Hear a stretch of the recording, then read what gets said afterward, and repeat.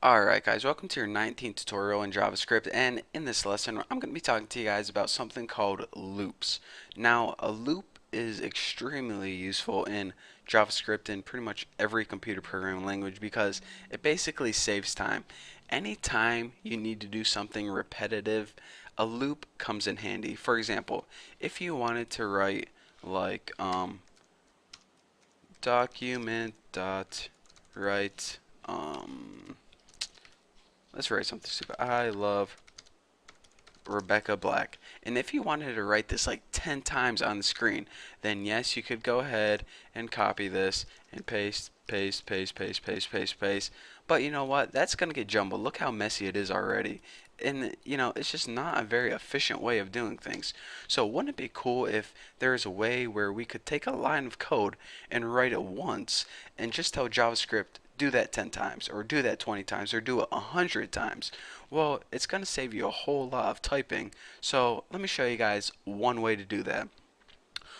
One way to do that is called the for loop, and it's FOR. In the syntax, the basic body to set up this loop is for, and then you write two parentheses, and in your curly braces or curly brackets, what the heck is like the regular, the professional educational name for these, because I always say curly braces, and I know they're not parentheses because these are parentheses. So if someone knows, let me know. Send me a message. So anyways, the syntax for this is you have for, and inside here you're going to tell it how many number of times to run, and here you write what bit of code do you want to run. So document dot write, and then just go ahead and write I love Rebecca Black. And let's go ahead and add a break to that.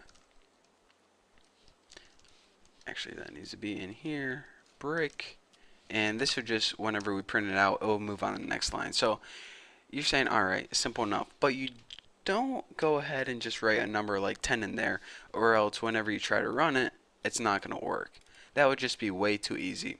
For syntax, or excuse me, the for loop is set up in a very specific way.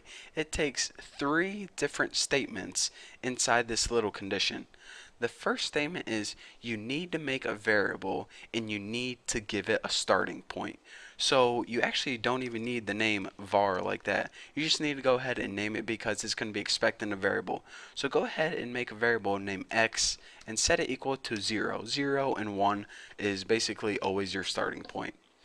And now you need to give it an ending point. So you don't just say something like x equals 60. You actually need to say x is less than 10. And the reasoning behind this is x is going to start at 0 and it's going to keep printing this out until x reaches above 10.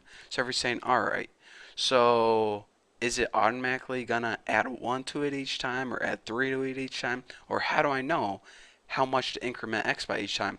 Well, that is actually the last statement we're going to put. The last statement is how much do you want that value to go up by?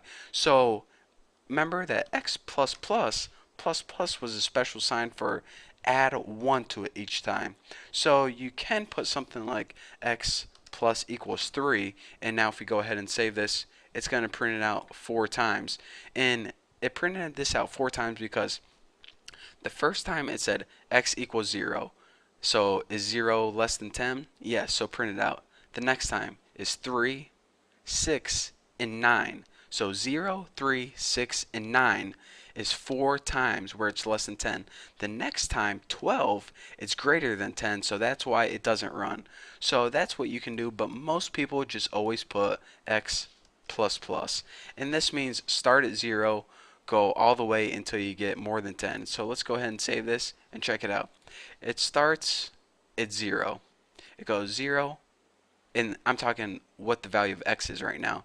X equals 0, 1, 2, 3, 4, 5, 6, 7, 8, 9. And then the next one, when x is equal to 10, it doesn't print out. And the reasoning behind this is 10 less than 10? No, 10 is equal to 10. So that's why it doesn't print out.